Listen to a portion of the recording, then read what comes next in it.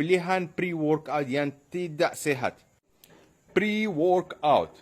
Pre-workout, makanan ataupun minuman yang kita kena ambil sebelum kita buat workout jika kau nak lah. Untuk kau dapat boost. Okey, pilihan pre-workout yang tidak sehat. Nombor 1.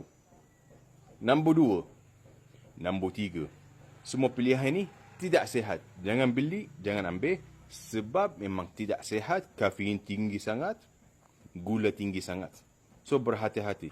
Pre-workout yang sehat, natural, semula jadi. Kopi, pisang, okey, kurma,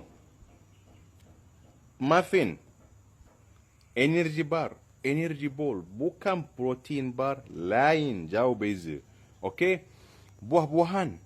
So benda ni pilihan makanan atau pre-workout yang natural.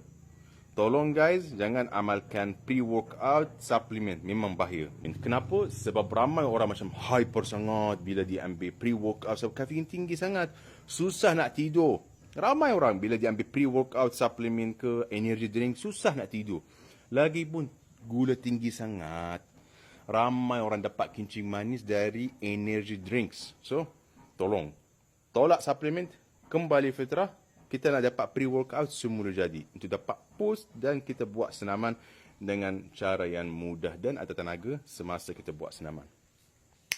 Stay safe bro.